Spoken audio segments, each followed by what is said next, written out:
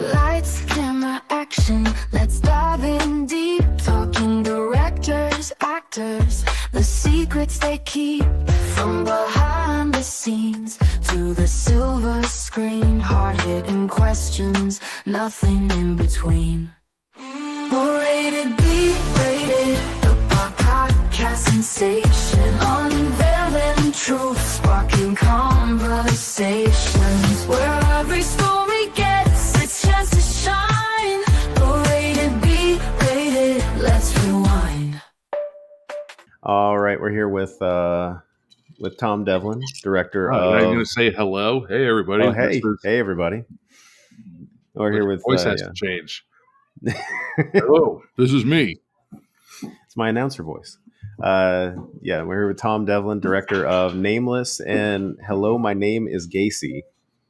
I mean, a lot more. I think we're going to touch on those two, right? A ton more of stuff. Like, the only thing this guy has ever done is these two things. No. Weird ass movie.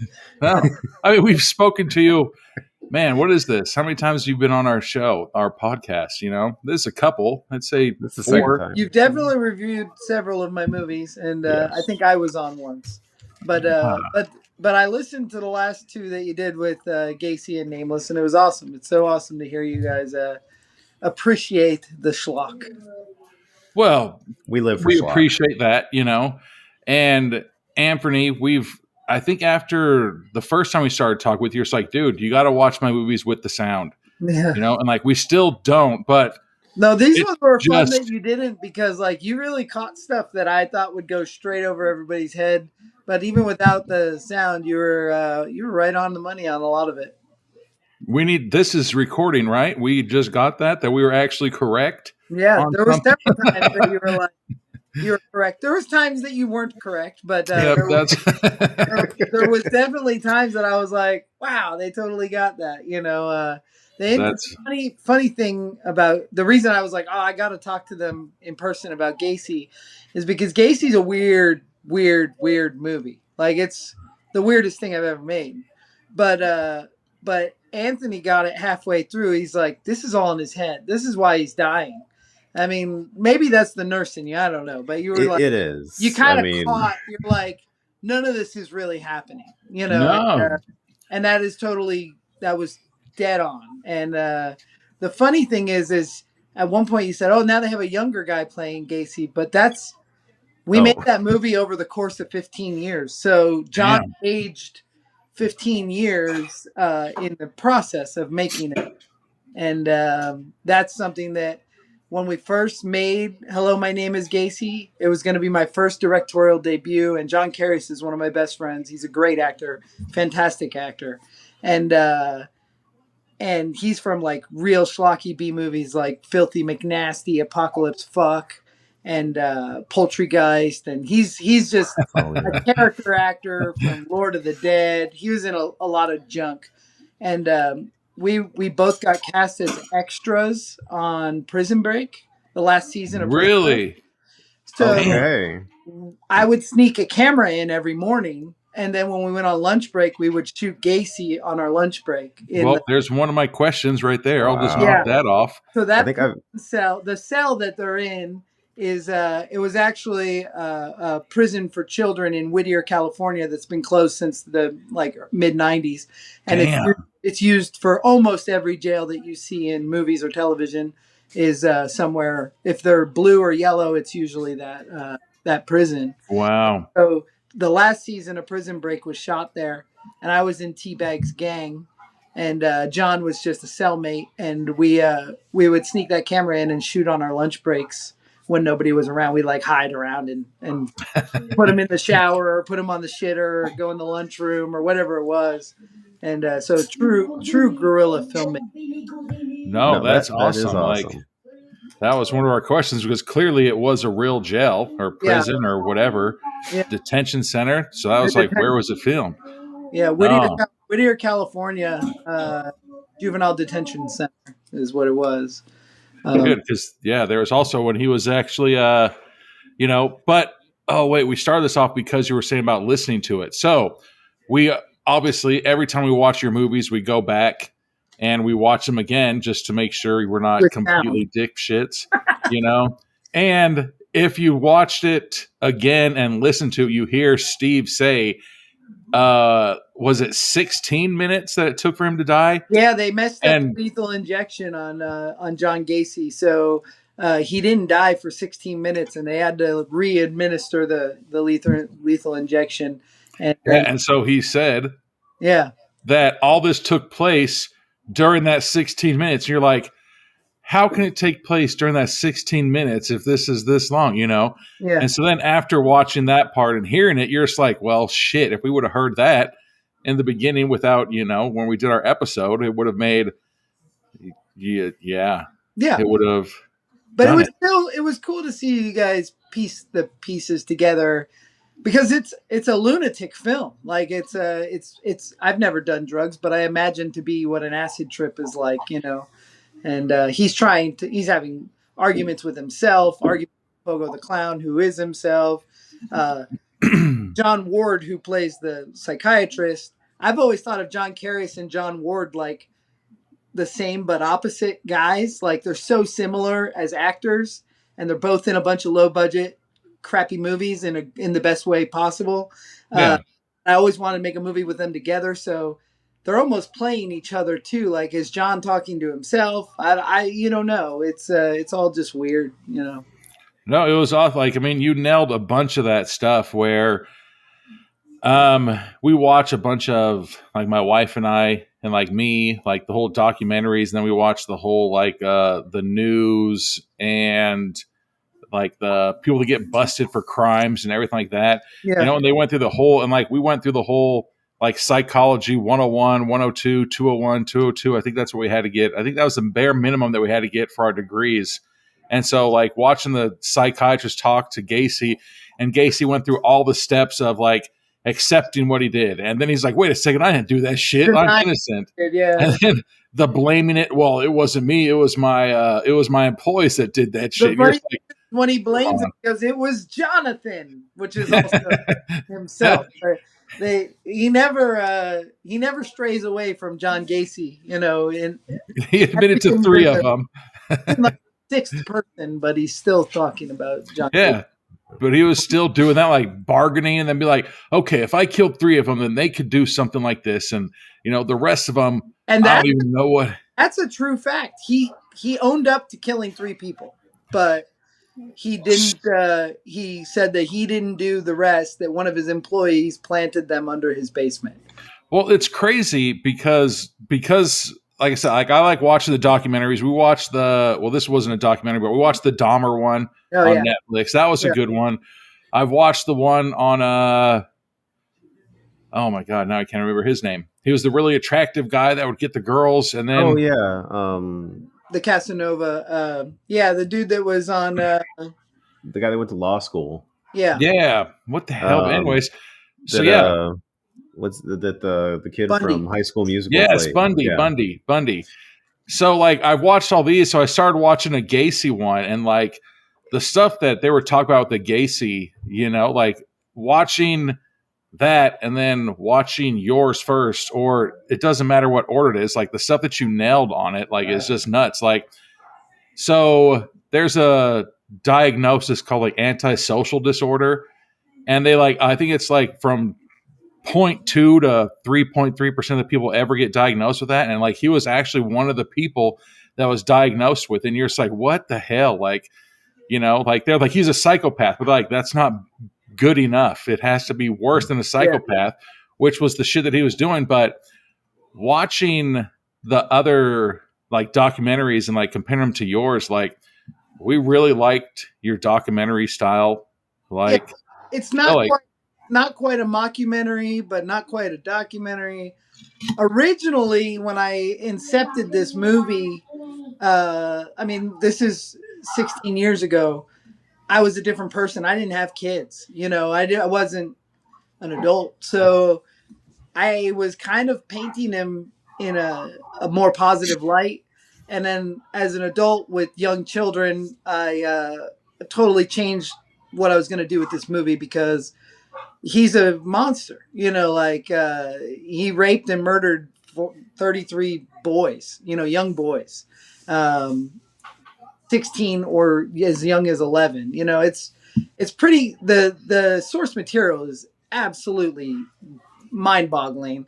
That Yeah. I buried a 30-pound dog once, and it was a lot to bury that dog. But to imagine putting 30 to 60 to 100-pound things under your crawl space, that's just Exactly. absolutely. Yeah.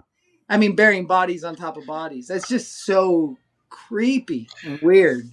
But other documentaries they were talking about, like he was like a super smart guy, and he was connected to everybody.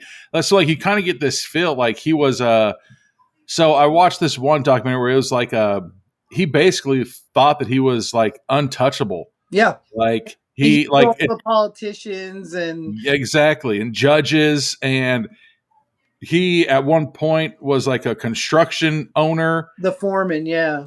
dude, and all this stuff that was going on. And so people were like vouching for him and all this stuff. And his biggest slip up, the reason why he started getting caught, and you're just like, why would you do this? You're so smart. But then like he picked up this kid at work on his break real quick. And you're just like, but hey, remember when Anthony clocked out? He's not back from his 10-minute break yet. Like, where the fuck is he? Like, oh, I don't know. He went out to talk to fucking John, and he hasn't come back yet. Oh, okay. Who's going to be the fucking prime suspect? Like, dude, but like you're saying, even though it was a documentary style and everything like that, you still threw in those jabs of comedy that were hilarious. Like when they were talking to John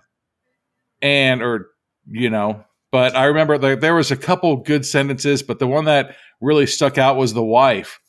When she's like, oh, I thought it was like, I thought the rotting body smells was just moisture under the wood. And she's like, oh, I didn't even care. And you're just like, what the hell? That comes from a real interview with her too. That's what I was going to ask. She was just like, oh, I thought it was moisture under the floorboards. That's what he would tell me. And she was this naive Midwest lady.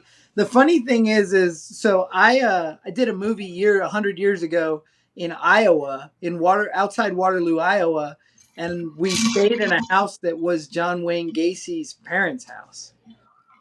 And Wow. it was creepy, no. but exactly, what the hell? Yeah, I don't know. I've always been fascinated with him. I've been fascinated with serial killer. I love true crime and stuff, but I don't hero worship them. I just think it's so weird how their minds tick and how they. I mean, I just can't imagine trying to get away with the stuff some of these guys have got away with. So here was my 2 cents on. Like, I want to finish a couple other documentaries. Do you think he only got those 33 people? Or do you think that there's a lot more? There's more. They think there's more that were buried near a river or something. Also, there's an awesome video on YouTube about a guy that escaped.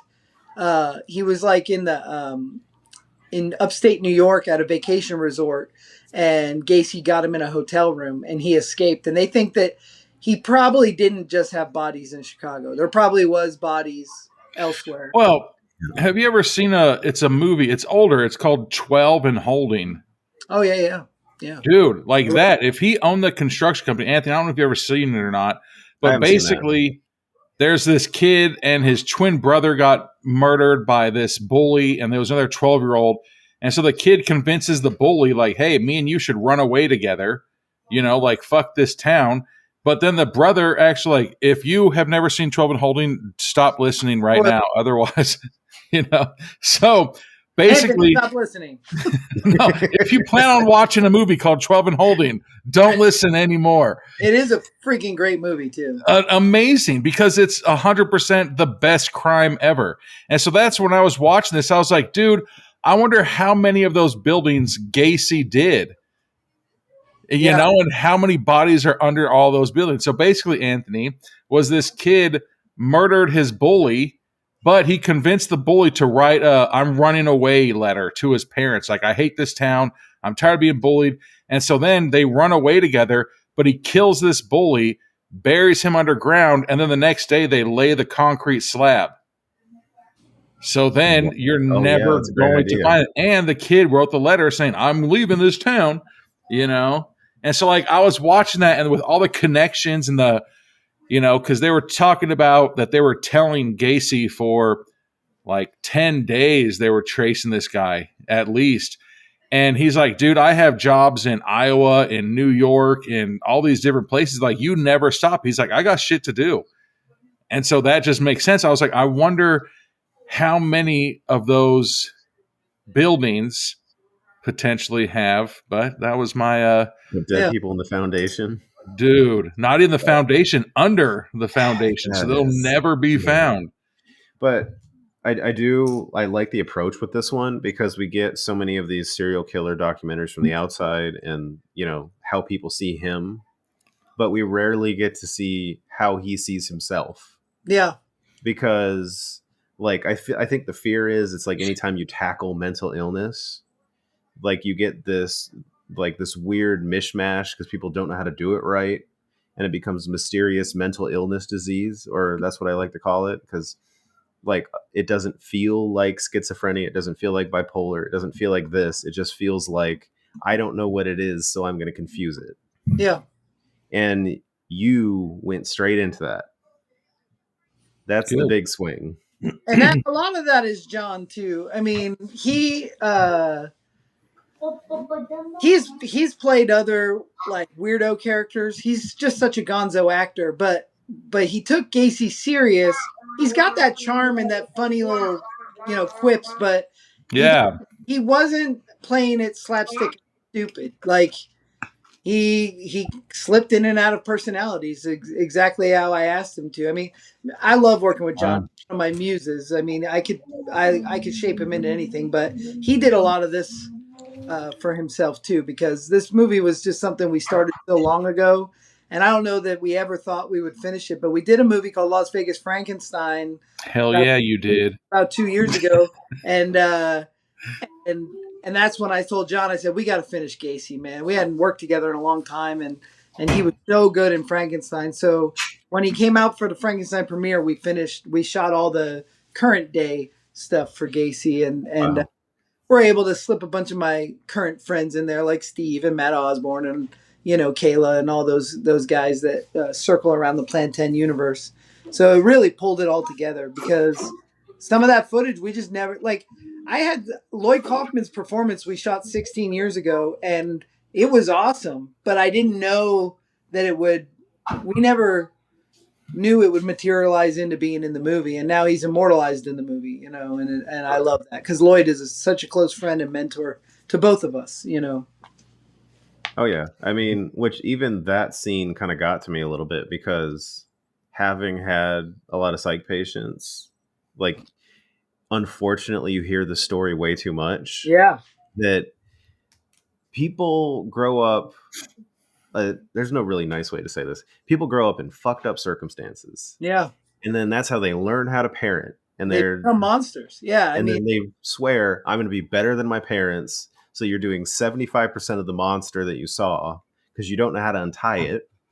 And so he's literally showing his son porn and making him masturbate in front of him. He's trying to make it great is what he was trying to do, but it really didn't work. No. Well, And This traumatizes you. I don't know that any of that's true. That was a role I wrote for Lloyd and with John in mind. And I loved John having the little cowboy hat on because he's named John. yeah. John Wayne Gacy. So I just wanted that. I'm a rootin' tootin' cowboy. I'm the toughest man in the world, and but I don't know that John Wayne Gacy's dad abused him, but I imagine he could have, Well, like that's one of the things. Like, there's other movies. I think what was it? Not movies, documentaries. I think Dahmer's dad, wasn't he like that? Maybe. Like, get out there, catch a fucking fish, gut it, you eat its heart, and you're a man. Like, you know what? If you just act normal, your kid's going to be a man in the first place. Like, you don't got to make him go Rambo style. If you go too hard one way or the other, it's going to fuck up. But in another documentary they were talking about, like exactly what you were saying, was that he, again, was like smart. Like he said that he was studying at some place or he was some kind of professor at some place. But the way that he described sexuality, like he was kind of like defending himself. You know, he said there's heterosexual where you know, are opposite or attracted to the opposite sex. There's homosexual where you're attracted to the same sex. And there's bisexual where it's you just want to masturbate. It doesn't matter who's with you. You want to do it. And so that was his take on why he was able to hook up with all these young guys and everything like that, because he didn't realize, but he also, you know, they always say like the person who like bashes homosexuals the most, they're probably they're gay themselves. You know what I'm saying? But he was going off about how I think it was Netflix that has the killer tapes or something like that, where they actually interview them. The Bundy tapes. You know? And he's like, oh, I hated them, but I love sleeping with dudes. And you're like, wait a second. But then in his mind, he was thinking that it's not homosexual for me because I'm just trying to get a nut. I don't care who's with me, a boy or a girl. I'm just trying to get off, you know? And so, but there wasn't girls under that porch. Hey, well, you know, we have, But I really think that he because of his intelligence, he was able to justify whatever he was doing. I mean, that's that narcissistic approach. Like whatever he was okay, but it wasn't okay for other people if they were going to be like that, you know? Exactly. So you also mentioned that some of those things that they were saying, like Kayla and everything like that, that those came from actual things like speeches. Yeah. When Matt was doing the opening lawyer talk, was that real? No. Oh, God damn. I was like, good God. And also, there's an interesting thing with Matt. I love Matt's character. I caught you say during the podcast, like, "Oh, why are they mice back there? There's got to be a reason." Oh, yep. There's mice, and the badger is the judge. That just comes from I love the Wind in the Willows. So that was from the Wind in the Willows, the cartoon from a million years ago, with Mr. Toad and Frog. Oh yeah, I remember that. Badger was the judge, and the mice are a jury. So, like Mr. Toad's Wild Ride when he goes to hell and back. That's all from the Wind in the Willows. So I just pulled from that because I don't know. It's in his head. I just imagined it would be like Mr. Toad's Wild Ride. But I remember reading those books. Yeah. I thought that said some of those were like actual. I thought that might have been in his drawings, but maybe I just pieced that together in my head. That wasn't from his artwork that I know of. Okay. I love Mr. Toad's Wild Ride, and I felt like that's kind of what we were doing. We were trying to find public domain footage of old-timey juries and stuff. And finally, I just asked my friend Waleed, I said, draw me 3 different pictures of some mice as a jury and draw me some badgers, and we'll just put that in. But then Matt Osborne's delivery was very somber and slow, and we sped him up to 2.5 times, so he's speaking very frantic. But the funny thing is you guys know Matt as very frantic and very yeah. But when he originally delivered those lines, they were very somber and very slow. Really? It was just almost, like he was talking normal. It was too not like Matt, so I sped it way up like half. So he, ladies and gentlemen, it gave him kind of like almost like a P.T. Barnum feel. And I don't know. The lawyer stuff is some of my favorite things, and I love John defending himself as Pogo the Clown and then as John Gacy. I love the dichotomy that they're against each other. Because the interesting thing about Gacy, the killer clown, he did clowns at birthday parties, but he did not abduct children as a clown. He was a construction worker that abducted his workers more. You know, he never took a kid as a clown. So they were very different people for him, you know. Yeah, and that's what they were saying in other documentaries, like it's a different person. It's not. And so when John would talk about him being a clown, he'd be like, oh yeah, that's that guy. That's not me. Yeah. Like, there's people that's like, dude, if drunk Brian gets into a fight with you, don't come at sober Brian because drunk Brian's the one that did that. You know, like take it up with drunk Brian. Don't take it up. And so with that, I'm pretty sure I've mentioned this multiple times. Like my mom used to be a clown, and look how fucked up, how scary she looks. Oh God. Good Lord. Right? So now that's awesome. Dude, that's my mom and Brittany. Yeah, my mom and my youngest sister. But my grandma and my great grandma used to be professional clowns. And so, like, when I'm watching your movie and then the documentaries they do, I was like, good God. I was like, why do they look like this? You know, but they were talking on, it's a completely different person. Yeah. You know, in their minds, they're just like, nope, the clown can do whatever. The clown is social. The clown likes to let people sit on their lap and tell them what they did for the day. But if you try to sit on my lap and tell me what you did for the day, I tell you to get the hell out of my face. Yeah. It's like, what? No. But it was everything was just awesome about it, man. Well, You know? I appreciate it. I didn't know how this movie would be received by anybody because, like I said, it's probably the weirdest thing I've ever made. But I don't know. It's super personal for me and John to get it finished and to bring John Ward in and have him and John Carries together. I love that. So I don't know. It's just one of those weird. It's weird. It's a little bit too short. There's a lot of rolling things in reverse and slowing things down, and I don't know, but it's something. Oh yeah, no, definitely. I mean, I thought John Ward really like nailed it on the head because I've dealt with a few psychiatrists, and the way he Personally. handles it, like when you have somebody who is avoiding the question or avoiding the topic, and like, or they're becoming a different person to distract, like Yeah. you try to refocus them, and the way he did it, it's like I've seen that happen where you refocus and refocus and refocus, and they're still not doing it because they know what you're doing.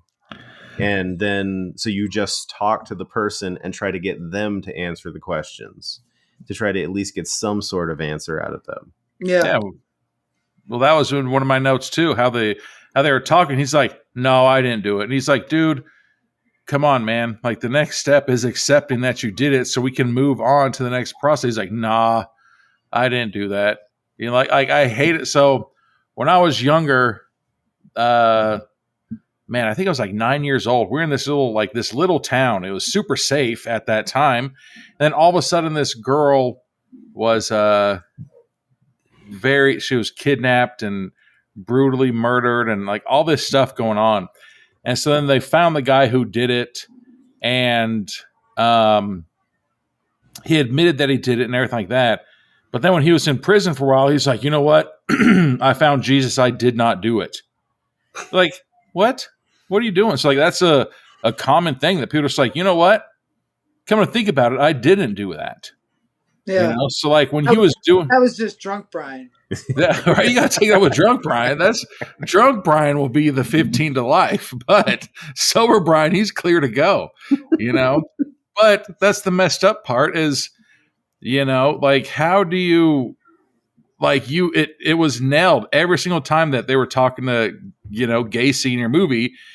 He was doing the whole like deflecting thing. And then he went through the whole steps of everything of, I did it. I'm sorry for what I did. And he's like, you know what? That I didn't do that.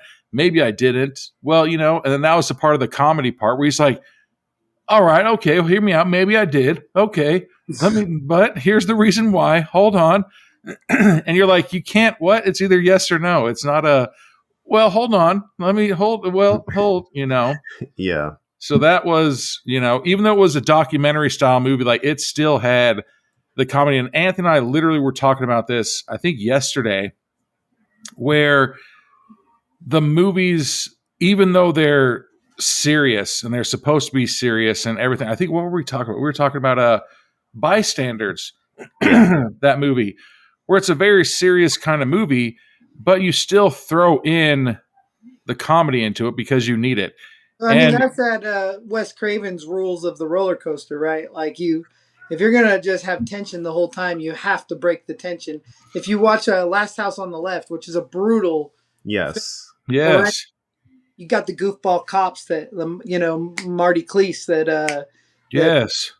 or John Cleese, Marty, whatever his last name is. He's And- like a professional cop in Yeah, horror films. but they goof around and they have the comic relief that breaks the tension from the mom cutting the guy's dick off or whatever. Boom. But no, like you nailed it, and and it wasn't like it felt super. This is gonna sound we're like supernatural when those people were talking. They're like, "Oh yeah, we did this," but I just thought it was moisture under the wood. Like, oh, who gives a shit, And then when Gates was talking, what was he saying? He was like, he was at the construction site and he's wearing the clown outfit, and you're just like, he didn't wear that shit. So during the movie, I probably made fun of him wearing the clown outfit to the construction site. Like, why would he do that? But then watching it with the sound on there like that, then you're just like, I was way off. Yeah, no, it's real. It's all in his head. It's just a dream, like weird. He was just trying to get right with himself before he was gone. Oh, that, yeah. Which- but it was the whole thing too, where he's still just trying to make the jokes while it's even in its head. Yeah. Like, yeah, come by later and we can figure it out.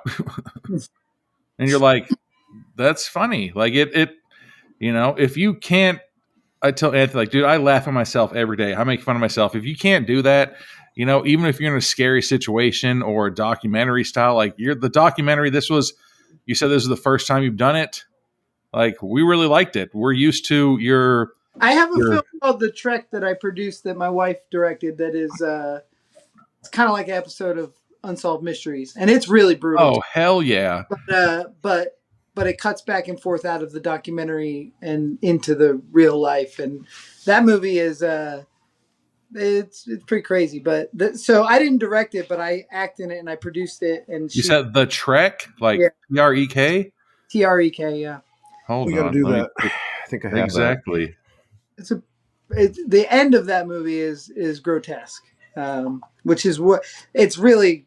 That's the payoff, that. Where Yeah. are my notes? The other part that kind of really stood out to me when I watched it the second time was when everybody starts putting on the face paint. That was the first time I saw it. I was like, what is everybody doing? And then I watched it again, and it's like, it all starts to click, because then you realize we're in Gacy's head, and this is the last 16 minutes, and he's trying to, put everything in a nice bow because he's about to leave the earth. And like, then I realized it's like, this is the ego. This is the level of ego. It's like, we're all Gacy.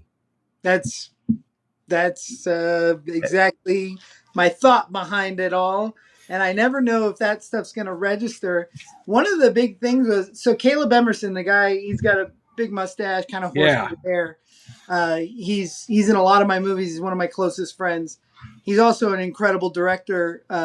He made a movie called Die You Zombie Bastards, as well as a movie called Frankie and Blunderland.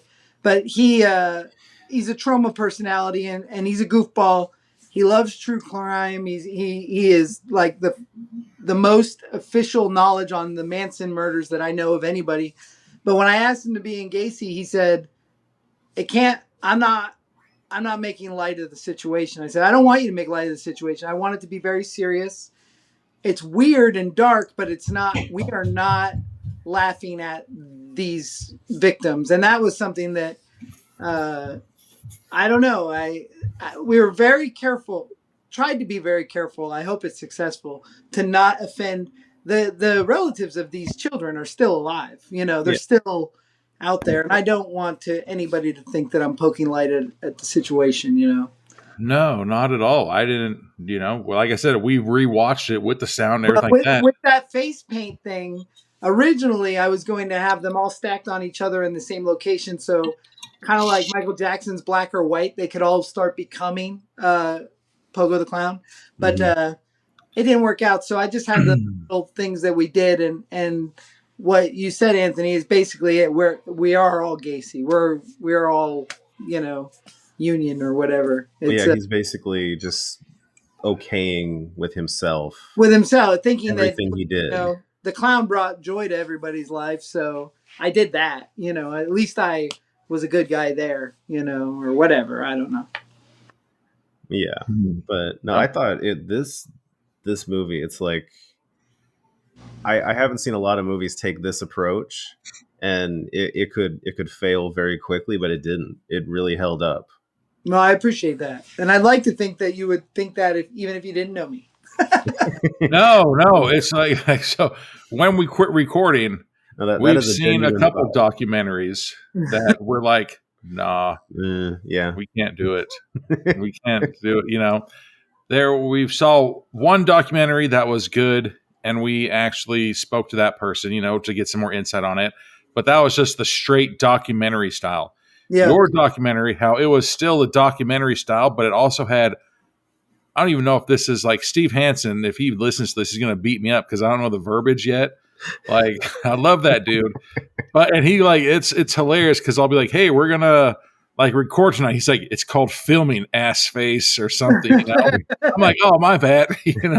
So you had the documentary style, but then you also had movie pieces. Is that what it's called? You know what I'm saying? Like, I mean, it's more of an art house film, I think, than a straight documentary.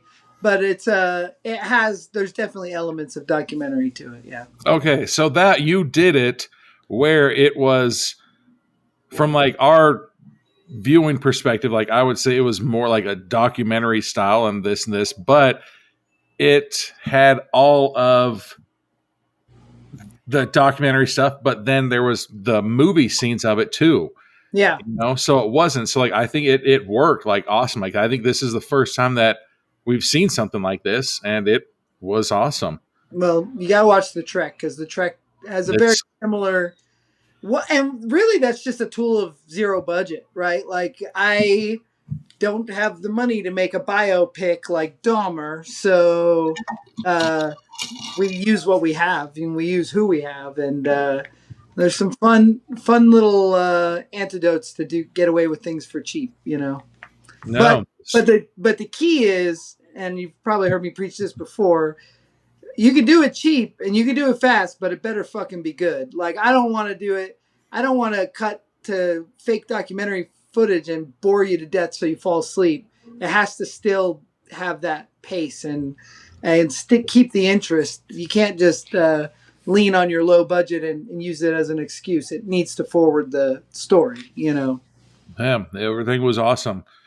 Everything was awesome, man. Like I said, we've done 3 documentaries, and one of them has made it. Yeah. Now yours is that kind of style, I guess. But again, I don't know if I'm saying the right words or not. But compared to your other movies, this one was, it's less. It was a different way. You know. Yep. Yeah. Oh, it was awesome. We really enjoyed it. Very cool. But if people, if like we said, we watch the documentary styles and we watch the everything, but the Trek. Oh man, where can we find that? It's on Tubi. It's on Tubi, or I have copies available too. But we're gonna have to make a trip out. Oh no, I think you gave me one. Oh, I might have given you one. Yeah. Yeah, you gave me one and you recommended that. We just haven't had a chance to get to it yet. And it's my love letter to, like, basically if Last House on the Left and The Hills Have Eyes were combined. Good God, I love Yeah. And all those movies I love. And there's a Plan 10 character in that named TJ Emerson, who shows up in a lot of our movies, played by Trent Haga. But the Trek was his first appearance, but he's like a Unsolved Mysteries type guy that shows up in many of our movies, including Nameless and Slaughterhouse on the Hill. And he just kind of a character that I plan on doing something more with someday, but we haven't got there yet. All right. Well, here's a question. Are you planning on doing any other films similar to this one? They're the same style-ish, like... Originally, when I first incepted Hello, My Name is Gacy, he was sitting in a therapy room with Charles Manson, Dahmer. There you go. It was like a therapy session, and they have that. I was going to do one for each one. I don't think I'm going to do that anymore. Okay. And we even had Aileen, the Florida lady killer. Oh, yeah. But I had this brilliant idea for Hello, My Name is Charlie, which was the Charles Manson one. Yeah. Where it was like Flash Gordon, where Charles Manson Charles Manson actually was this really heroic dude that was fighting for our lives on another planet. But while he was doing that, there was a beta unit sent to Earth, much like Last Starfighter. And the beta What? unit was the murderous cult leader that we know as Charles Manson. So when Charlie comes back after saving our whole planet, there's no parade. He's just the most hated human Jeez. ever. And that would have really fun movie. It would have been like a lot like Flash Gordon. You I know? now need to see this movie. Yeah, Right? it's not gonna make it, I don't think. But unfortunately, I had a falling out with the guy the only guy I would have wanted to play that character, and we just don't talk anymore. And it was a bummer, but yeah. But there's so many ideas up here. We got so many. We have 3 movies in post right now that we've done pickup shots today, yesterday, day before. So Oh, wow. as soon as we can get these 3 movies out, then I'll start deciding what's next. But we've got 3 films right now that are so close to being done. Just have to finish them up. Well, if you need any extras, we're always here. I will keep you guys in mind. I have Crossing fingers. Since I've known you, I've known that we're going to kill you at some point. Oh. Please, I would like to But we die. have It's like, no, in real life, though. Well, the not films even- that we have just completed, we pretty much were already locked in. They've been done for a while. They just need to be finished. That's always the hardest part, is just like tying up the loose end. These little tiny pickup shots. I just drove out to the Clown Motel in Tonopah for one 15-second shot in the graveyard, and then drove back. So 7 hours of driving for a 15-second shot. Wow. But it was totally worth it. It needed to happen. Yes. Yeah. No, we've watched the Clown Motel movies. I've never seen those. The film that I'm making that involves clowns, I'm not ready to announce it yet, but it's something that's gonna blow everybody's mind. It's so weird. Well, I see that you're freaking post. Yeah. Dude. Man. And then Maybe you're just I'll- like, God damn it. And then you piss everybody off. You're just like, I want to know. And you're just like, Yeah. you can't know yet. No. Bloody Bluff will Man. come first. Bloody Bluff is a Sasquatch movie that I've just What? up, and it's a colonial Sasquatch movie. It takes place in colonial, and that movie is hopefully gonna come out very soon.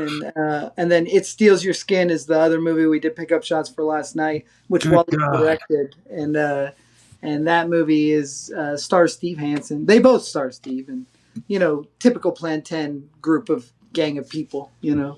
Good old Steve. We just flip flop our characters in and out of these movies, so it's Oh, that's awesome. Like Yeah. how you were, with John, you were saying, like, there's, if you get a good group, like, so we got done doing our movie and it was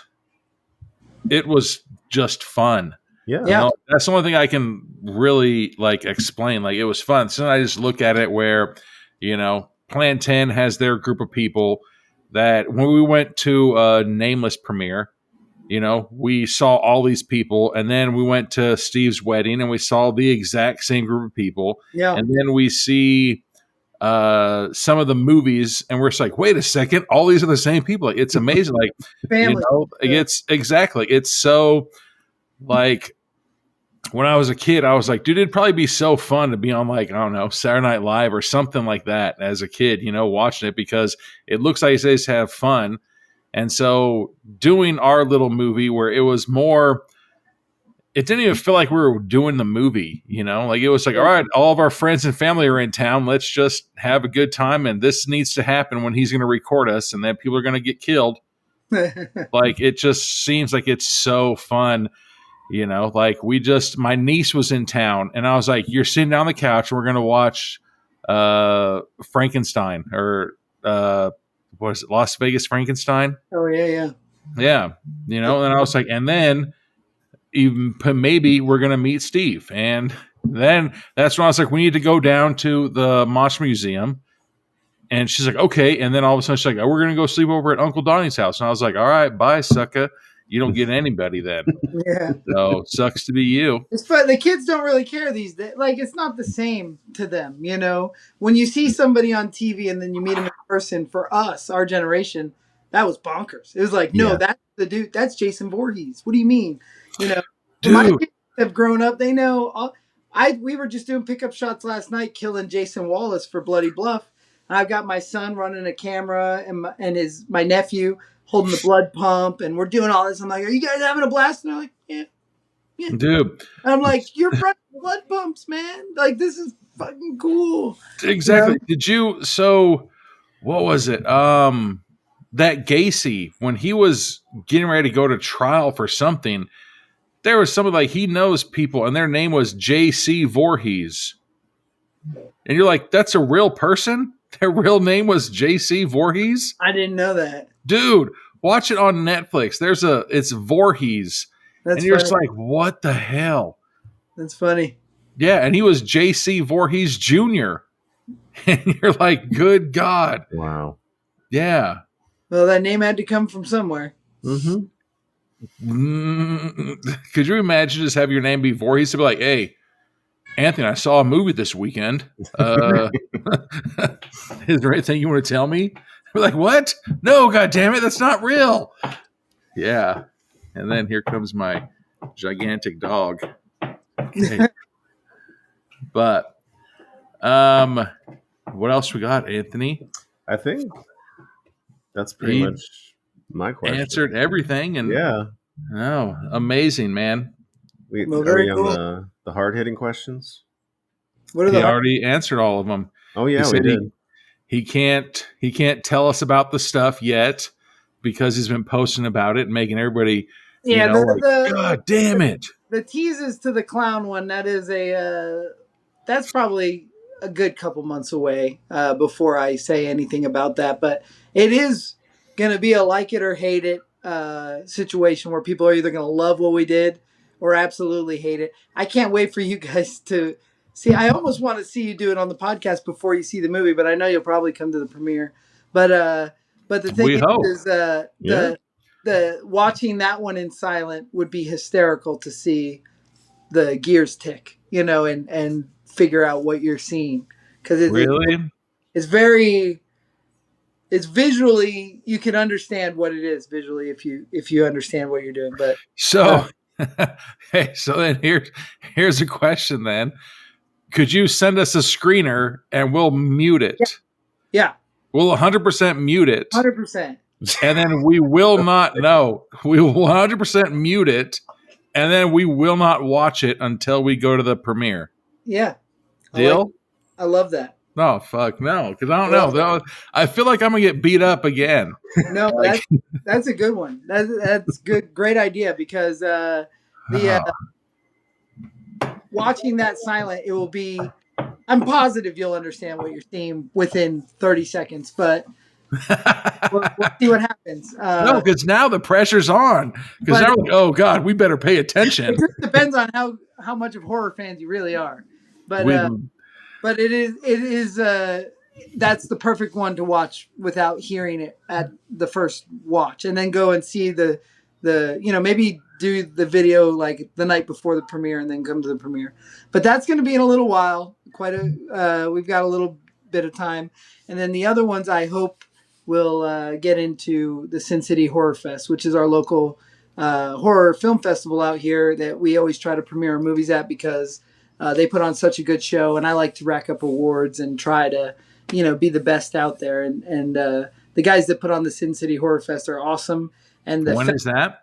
It's in November. It's November 6th. So before that, there's the October thing out here by Silverton. Yeah, that's a Nightmare Weekend or whatever they're called. I don't know what it's called. I'm going to be there. I have a table there. Awesome. I sent that information to Steve, and I was like, dude. I am also having my chopper will be in the bike show there, or the car show. Damn. That's going to be really cool. Yeah, it seemed like I sent the information to Steve, and I was like, dude, it seems like it's just going to be like Friday afternoon until like Sunday morning. Yeah, it's going to be it's over the first weekend of our haunted house, so I'll be there most of the time. We have the haunted house at night, so we'll be promoting the shit out of the haunted house. But yeah, like I said, it seemed like it was just okay. Here's 36 hours of straight horror and music. Yeah, is that what it is? I don't know. I don't know. I do know it's in the parking lot, so it's all outdoors. So we'll see what happens. But Steve would be hard pressed if I didn't bring up Nameless. What did you guys think of Nameless? I thought Nameless was really cool. It's like, I know first films are always like you're building the world, Yeah, and I got that sense that this is not the last we'll see. there's And some sequels. There's some sequels planned out for that one. I feel like you could make like Nameless 7. Nameless goes you to could. Well, I was going to say, we could even do another chat and tell Steve to jump on, and we can talk with Nameless too. Yeah, or he would love that. I made Nameless with as a love letter to Steve. Like he's been such a great dude to us and helped my mission so much that when we got some funding for a film, it was like, oh, we got to make your character. So yeah, nope, and we love it too. Like I feel like we all have each other's phone numbers and we text each other, and we Steve especially, like I said, if I say a word wrong, he's like, it's called filming. Yeah. And so that's because downhill. He's been corrected enough. So now he's pushing it. He's like, no, God damn it, Brian with the B. Yeah. This is what it is. So I don't know, like if you were around at the wedding when I was like, dude, Steve, like he, we watched, I think what got Steve and us connected was the Slaughterhouse on the Hill. Yeah, Chuck, quarterback guy. Yeah. And so from that point on, like you could just tell when people are genuine, and so it just seemed like he was such a nice guy. You guys, everybody from Plan 10 was so nice and like open arms and everything like that. Like, and when we do our episodes, like we don't, I don't know, like we make the jokes, but like we genuinely love watching these movies. Yeah. And so after we did Nameless, Steve was texting me. He's like, hey, guess what? I made that fire pit myself. And I was like, God damn. Like we love when we do an episode and then like the actors, the directors, producer, whoever else gives us the feedback. Like, you know what? Actually, we aren't brothers and sisters. We were a couple, or we're not a couple. We are brothers and sisters. Where it's like, oh, God damn, we completely missed that part. There's the one episode where it was somebody had someone with ramen. I was like, did you choose the shittiest flavor ramen? He's like, that was my favorite flavor. And I was like, oh, God, that sucks. Like, but Steve was on top of it. He's like, hey, Brian, just so you know, this. But then we had to go back and watch it again because we waited. Something happened that night. We were with you guys for the premiere of. Oh, you got drunk. That's what happened. No, well, I mean, that did happen, but that's not the reason. There was that, and I was a little sick, and I had to pick up my dad in the morning, and it was there was a conflict of time going on, but I wanted to stay. Yeah, I got drunk. I know. I tried to hit Matt up. I was like, Matt, you live a block away from me. Can you drive me home? And Matt's like, no. Matt was great too. Matt's like, I think I'm going to stay here tonight. And like, there's a split second in my mind. I was like, you know what? Just buy a room. But you guys talk for a second. I'm going to throw my dogs outside real quick. Talk for 2 seconds. 2 seconds. But yeah, no, I do apologize for that because I just. Oh no, it's fine. It's fine. There was technical difficulties, and that shit happens. That is the story of Nameless, honestly. But I have never seen you that angry. It was just silent rage. Everything was falling apart. No, we're so oh, sorry, what? It's all part of it. No, so we were so excited to see it, and that's when we actually met all of you guys, all the Plan 10 family, and we interacted and spoke and met everybody like that, got numbers, and then there was just the time conflict. We're just like, oh shit, so we gotta leave before this time so that way somebody can, drive a long drive the next morning and everything. And so the same thing like with the whole podcast is we watched the movie and record it. So all of our interactions or all of our like holy shit and gasps and everything like that, it's genuine. You know, we're not like, oh, hold on, here comes something. Boom, we told you it was going to be scary. No, like all of our interactions, all of our reactions, I mean, are all genuine things, Yeah. you know? It's And super entertaining. It's super entertaining to watch you guys react to these. Uh, they're cheap movies, and they're not everybody that watches them knows how hard it is to pull this stuff off. But it's cool to hear people that get it and enjoy it and have fun with it, because we know they're silly and there's continuity flaws or whatever it is. We no, know, you make it look easy, man. yeah. You know? It's not. It's so much freaking work, man. Yeah. Nope. You guys make it look easy. You make it look fun. And I think It is that's fun. why It's the most. everybody, yes, everybody who watches it is like, you know what? It's a family of just going out and, like we said, just record this interaction, but this needs to happen during it. You know, like you guys are nailing it. Like we really enjoy your guys' movies and everything. We would love to do one with you and Steve for Nameless. Yeah. But yeah, there's so many, like Steve, he texts me and I was like, what the hell is wrong with the eggs? And he's like, God damn it, Brian, listen to the movie with sound. You know? And so We shot all that stuff with it. We shot before there was ever a script for the movie. That my buddy Tyler was just visiting, and I was like, "Oh, we gotta put you in the movie." So we did all that before we knew what we were doing. You know? no, he had easily $150 worth of eggs on him at this Yeah. point in time, because what was that, a dozen I eggs? just really wanted a slow motion shot of eggs breaking and then the blood splatting. Like that was Yeah. really in my mind about we gotta have this slow motion shot of eggs breaking. Yeah. And he's like, watch it with sound. And he's like, and another thing, nobody was drinking at the fire pit, Brian. And I was like, oh, that's such a beautiful fire pit. So I told Steve, I was like, you need to take me to that fire pit one day, you know? And he's all like, that fire pit, he's like, it could be the dead middle of winter and you can go out there with like a wife beater and a pair of shorts on. Dude, you could be fucking naked if you wanted to. It's like Dude, it's no.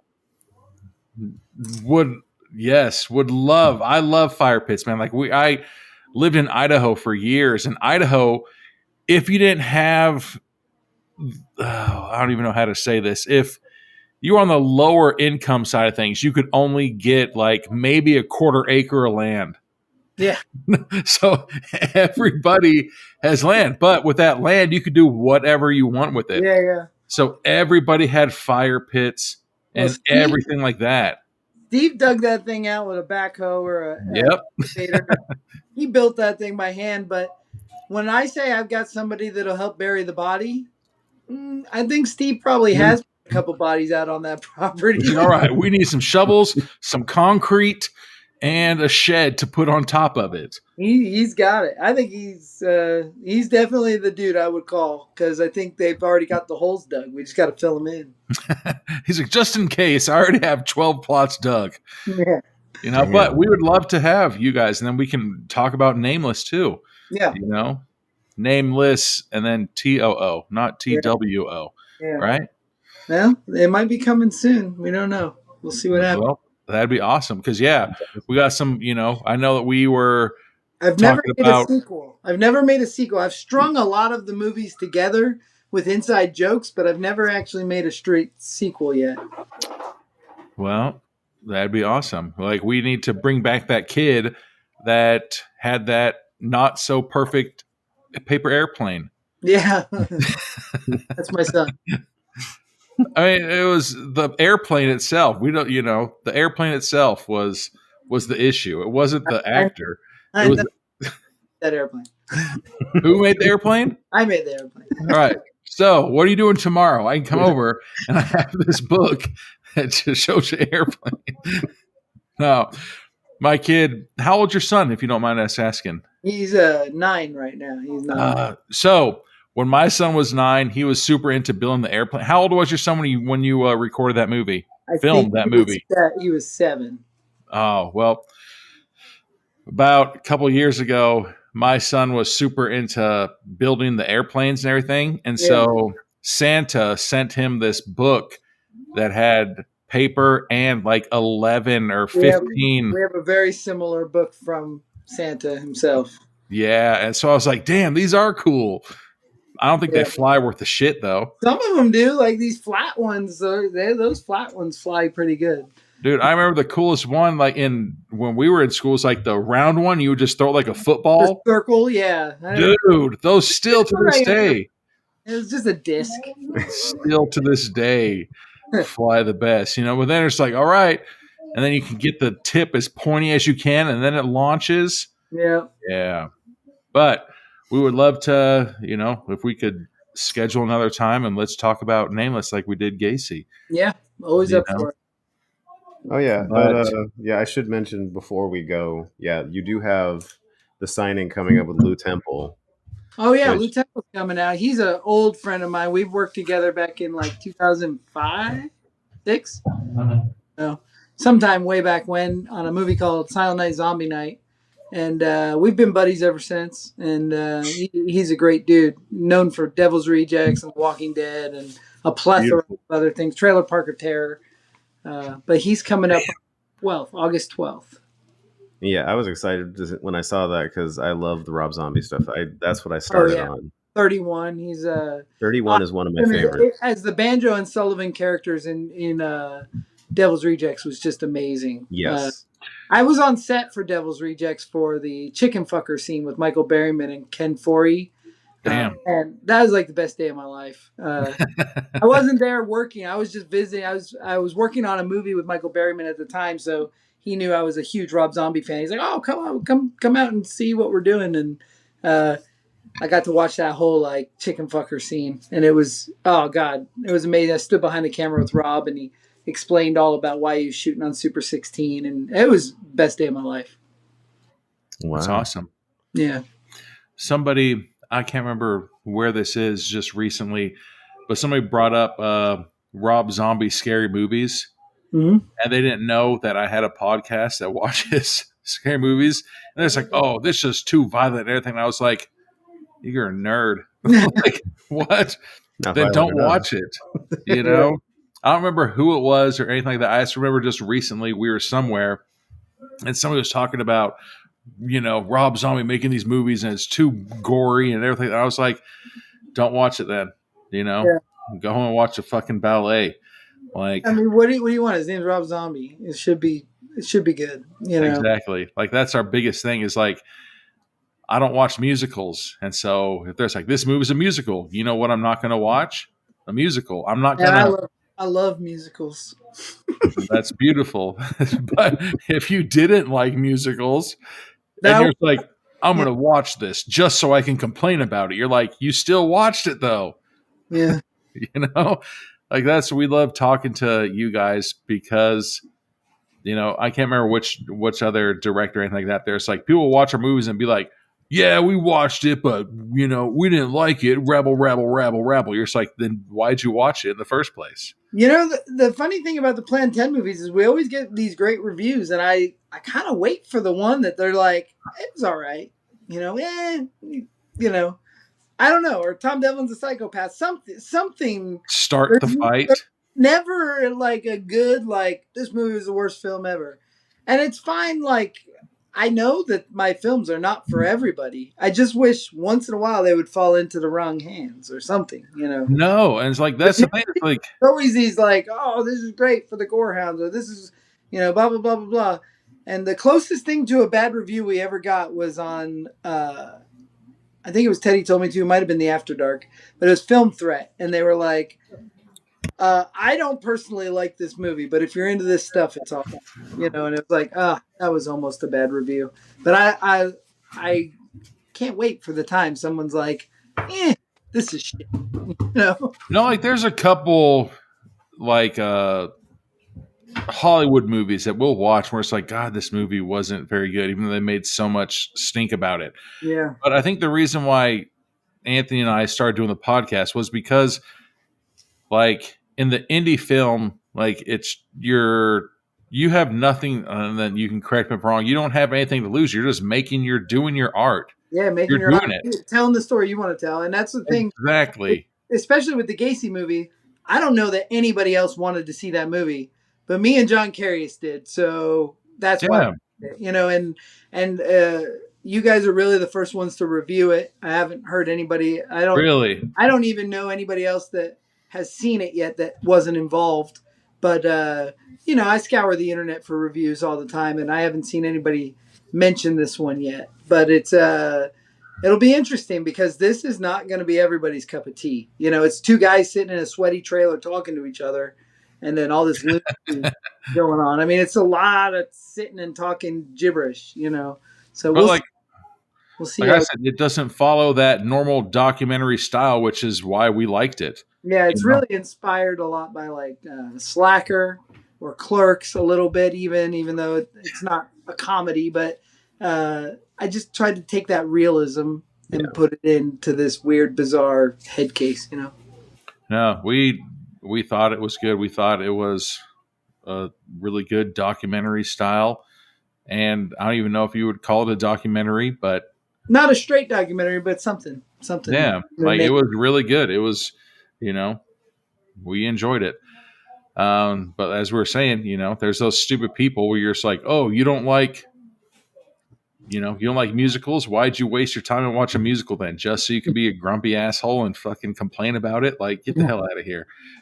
We really enjoy watching these movies because the concepts, the ideas, the storyline, everything like that is so much better than the top movies and everything like that. Like nowadays, everything in Hollywood is freaking multiverse or regurgitated. Yeah. Dude. Yeah.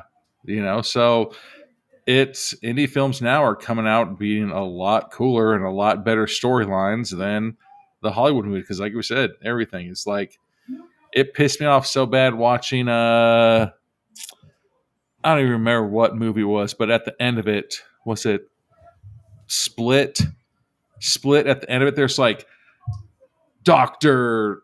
Glass or something. You're just like, God damn it, you can't fucking throw in some random ass name at the end of a movie and be like, yeah, now they're tied together. No, you can't.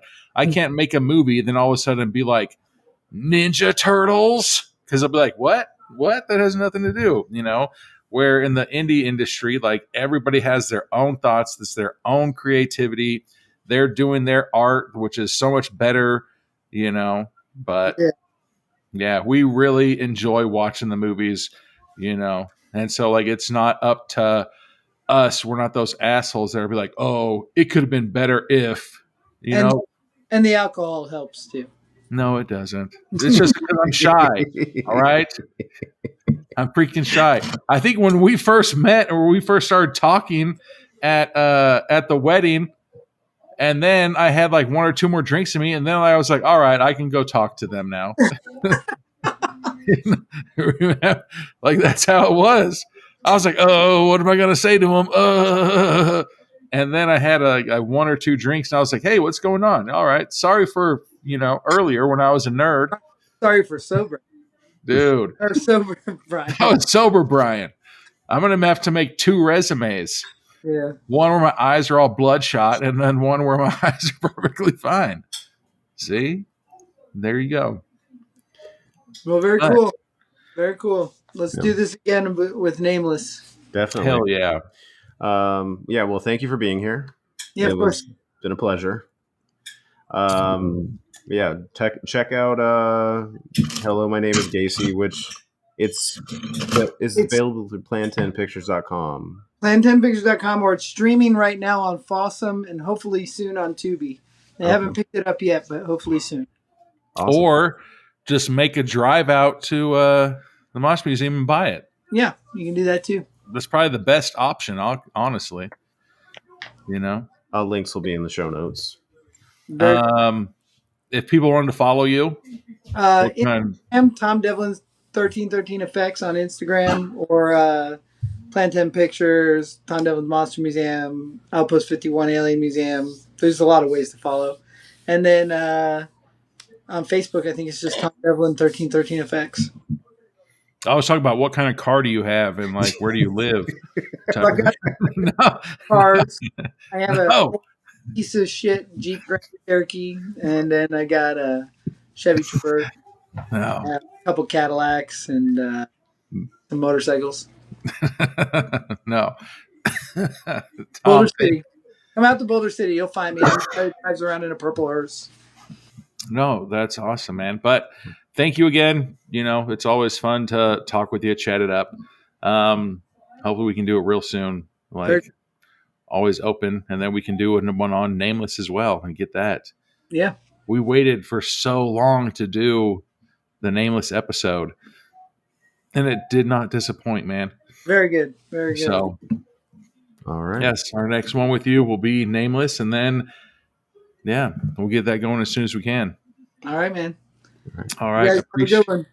All right. Appreciate it, man. Between rated B, rated the podcast sensation, unveiling truth, sparking conversations where every story